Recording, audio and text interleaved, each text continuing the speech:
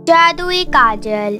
किसी गांव में मधु नाम की एक औरत रहती थी। वो बहुत गरीब थी। मधु पास के घर में नौकरानी का काम किया करती थी। उस घर की मालिकिन का नाम रेखा था।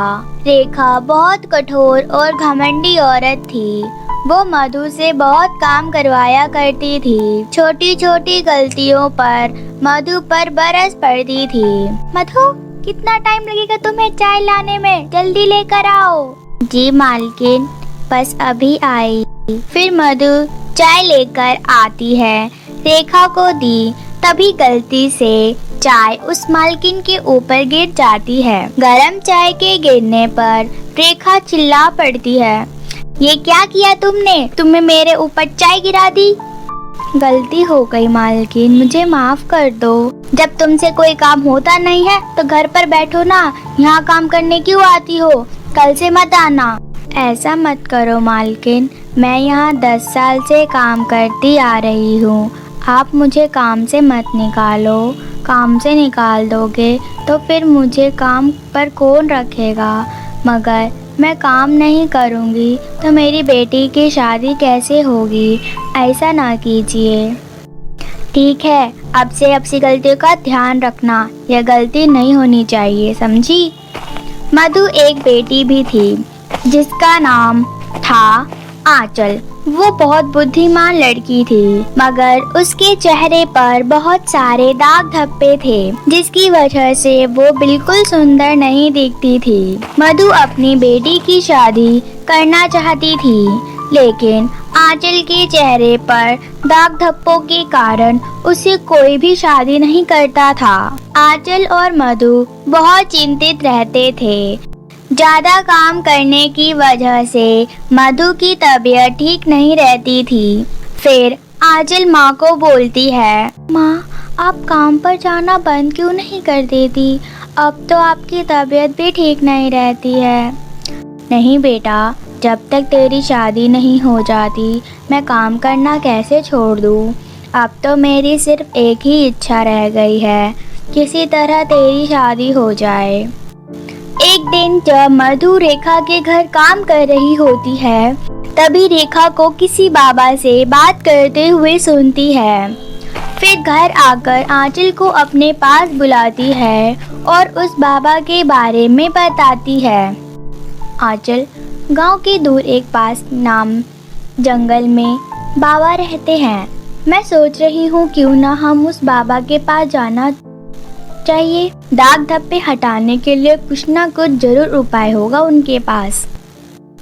ठीक है माँ, चलें फिर। आंचल और मधु बाबा से मिलने के लिए जंगल की ओर निकल पड़ते हैं। कुछ दूर जाने के बाद उन्हें बाबा जी की कुटिया नजर आती है। फिर वो दोनों कुटिया के अंदर चले जाते हैं।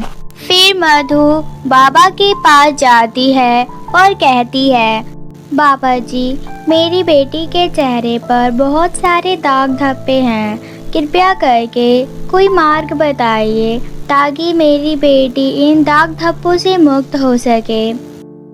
हाँ, अवश्य, क्यों नहीं। फिर बाबा आंचल को एक काजल की डिब्बी देते हैं और बोलते हैं, बेटा, इस काजल को तुम अपनी आँखों में लगा लेना। इसको लगाते ही तुम्हारे सारे दाग धब्बे गायब हो जाएंगे।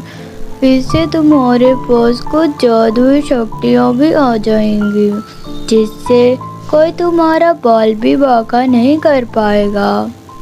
जादुई काजल पाकर आंचल और उसकी माँ मधु बहुत ही खुश हो जाते हैं। जैसे ही आंचल उस काजल को अपनी आँखों में लगाती है, उसके सारे दाग धब्बे ठीक हो जाते हैं और साथ ही उसका रंग भी बहुत साफ हो जाता है और उसका चेहरा चमकने लगता है, जिससे वो बहुत सुंदर लगती है। फिर दोनों बाबा को नमस्कार और करके धन्यवाद कह के वहाँ से निकल जाते हैं। तो घर पहुँचते पहुँचते रात हो जाती है। बहुत रात हो गई है, हमें यहीं रुक जाना चाहिए। फिर सुबह होते ही हम घर की ओर निकल जाएंगे। हाँ बेटी, तुम सही कह रही हो, वैसे भी मैं बहुत थक गई हूँ। वे दोनों झोपड़ी के पास जाते हैं। झोपड़ी में एक जादुई औरत रहती है, जिसके पास बहुत सारी जादुई शक्ति भी होती है, और वो आंचल और मधु को अपने पास आता देखकर बोलती है, अरे वाह, आज तो दो शिकारी खुद ही चलकर मेरे पास आ रहे हैं। उनकी आहुति देकर मैं और भी शक्तिशाली बन जाऊंगी। फिर मधु बोलती है उस औरत से, बहन, क्या हम आज आपकी झोपड़ी में रात गुजार सकते हैं? अवश्य, तुम यहाँ रुक सकती हो, यहाँ किसी भी चीज़ की ज़रूरत नहीं पड़ेगी। जैसे ही आंचल और मधु झोपड़ी में प्रवेश करते हैं, तभी वो औरत मधु को एक चिड़िया बनाकर एक पिंजरे में कैद कर देती है। ये क्या किया तुमने? मेरी माँ को छोड़ दो, वो जादुई औरत जोर जोर से हंसकर बोलती है। हाँ, नहीं छोड़ूंगी मैं तुम्हारी माँ को, और अब मैं तुम्हें और तुम्हारी माँ को मारकर और भी शक्तिशाली बन जाऊंगी। कि आंचल की आंखों में फिर से एक लाल सा कुछ आ जाता है, और उसमें से फिर से एक शक्ति निकलती है, जिससे उसकी माँ उस पिंजरे से मुक्त हो जाती है। यह देखकर जादुई औरत को बहुत गुस्सा आता है। फिर वो आंचल को मारने के लिए दौड़ती है। फिर आंचल अपनी जादुई शक्ति से उस औरत को मार देती है। फिर जब आंचल अपनी माँ को लेकर झोपड़ी से बाहर निकल रही होती है, तभी एक तोते की जोर जोर से चिल्लाने की आवाज़ आ रही होती है। पर जब आंचल पीछे मुड़कर देखती है, तब एक तोता पिंजरे में बंद होकर आंचल की तरफ देखकर मदद मांगने की कोशिश करता है। आंचल अपनी जादुई शक्ति से उस पिंजरे को तोड़ देती है, जिससे वो तोता अपने पिंजरे से बाहर आ जाता है, और वो बाहर आते ही एक इंसान का रूप में बदल जाता है। फिर आंचल पूछती है, आप कौन हैं?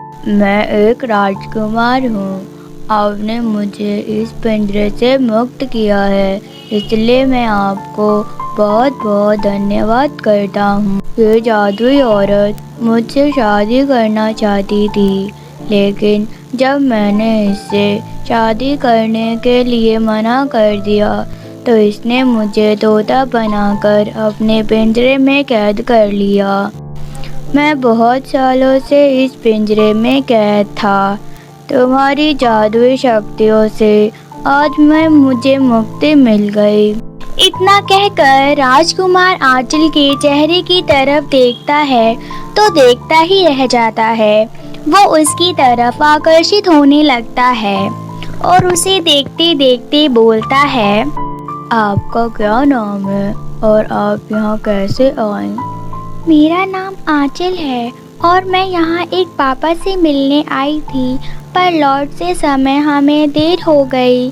देर की वजह से हमने सोचा हम इस झोपड़ी में एक रात के लिए रुक जाते हैं और सुबह चले जाएंगे। मैं अपनी माँ के साथ जंगल के उस पार रहती हूँ। क्या आप मुझसे शादी करेंगी? राजकुमार के मुंह से शादी की बात सुनकर आंचल की माँ तो खुशी से पागल ही हो जाती है। फिर कुछ दिनों बाद उन दोनों की शादी बहुत धूमधाम से और पूरे रीति रिवाजों के साथ कर दी जाती है। आंचल अब राजकुमार के साथ बहुत ही खुशी से महल में रहने लगती है। तो दोस्तों, कैसी लगी आपको हमारी ये कहानी? हमें कमेंट करके ज़रूर बताइए और नीचे दिए गए लाल बटन को दबाना ना भूलें। तो मिलती हूँ मैं आपसे एक नई कहानी के साथ। तब तक के लिए अपना ध्यान रखें। बाय। Thank you.